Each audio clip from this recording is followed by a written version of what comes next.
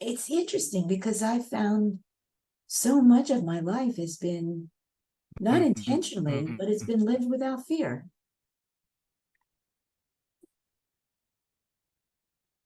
To, I know it's a lot easier said than done, to realize that those breadcrumbs are not randomly. It's for us to realize and understand what they truly are and what they just like, for example, when we're kids playing in the woods, games, you leave clues as to guide you where to go, where to find your path, your way.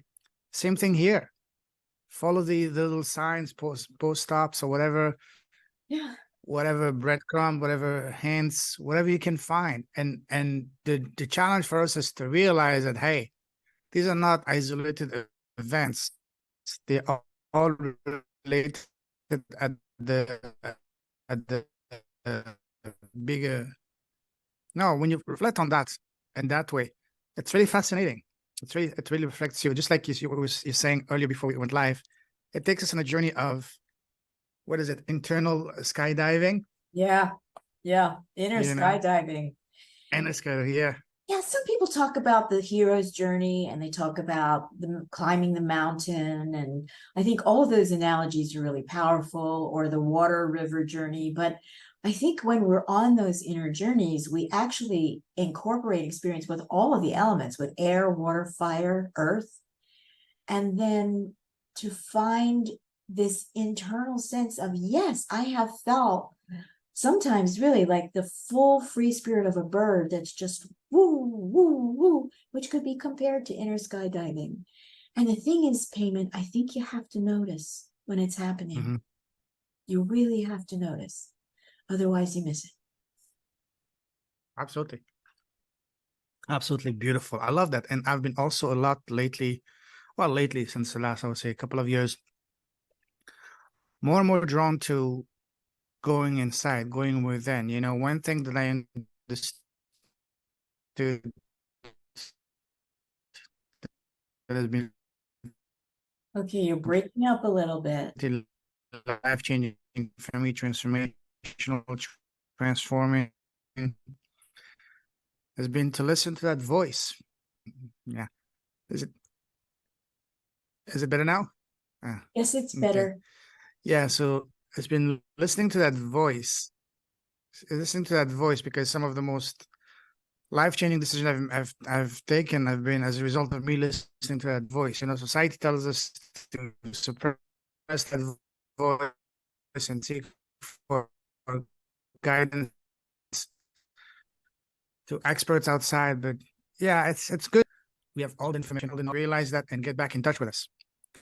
And that's what's going to really open our eyes and guide us. Yeah, because then that makes how we're in relationship with other people a very different kind of an experience when we're able to allow ourselves to stay present in that way with whatever we're experiencing. It's always such an opening. It just opens things and it closes off things that we don't really need anymore as well. So Absolutely. I'm just fascinated by that. I spent the last couple of decades just allowing this in my life, just allowing and allowing and allowing, and to now be on the edge of, I have a new place where I can take the gifts and the insight and the understanding and the skills and the capacity that I've built over many, many years into a new space that I think because of the pandemic, we're in a new world, whether we want to acknowledge that or not. We're in a new Absolutely. world. And so I'm looking at how can I have continuity? The old saying, don't put new wine in old jugs or no jars or skins. Well, I'm an old one, and yet spirit keeps giving me new. And it's like, well, how do I keep my wineskin flexible and ready to accept the new? And what does that require me to do? And to look around me and see where I can bring compassion and empathy and information and energy healing and some wisdom, a little bit of wisdom. And how can I be a leader with a heart, as we've talked about, in what is now a very, very new and different world? very challenging, but very new and different. Mm-hmm. Yeah. You mentioned that you've been on this journey, on this path for 2 decades. What was the catalyst? What was the trigger of it? Was it a specific event, or was it something progressive crescendo that led you toward that path of self-reflection and getting back within understanding, get in touch with yourself? Well, 30-second moments led up to the Big Bang, and I had a really big Mm. bang, unexpected. I was very unhappy in my personal life, delighted with my children, delighted with my profession, but really unhappy with the relationship that I was in. And that's one of the reasons that I was happy to do a keynote speech or talk on this domestic violence awareness, because I've been through that. And it's very debilitating. It's incredibly emotionally devastating and destructive. And I had reached a point where that part of me just was like, you have a choice. You can find your way through this. We'll be there to help you as we've helped you every time before. What's your choice?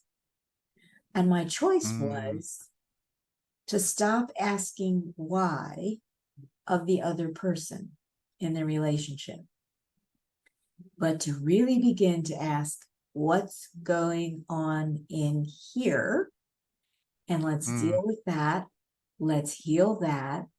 Let's do it in a way that's not going to feed fear or more drama or more chaos. But I really felt at that time in my life, I was so frustrated and I felt so alone that I really had a moment. There was one moment where I felt both suicidal and both murderous rage. So many questions come to mind that I don't know which one to ask first, but so let's move forward. So tell us about what you're working on now, and how has this evolved from that moment to now, and how has that been the build up? Tell us, and then we talk about what you're doing now. Energy, it's all about energy. Everything is energy. Everything comes from energy. Everything begins with energy. Absolutely. Energy is always conscious. It's always in We are relationship. energy. We are energy first and foremost and always.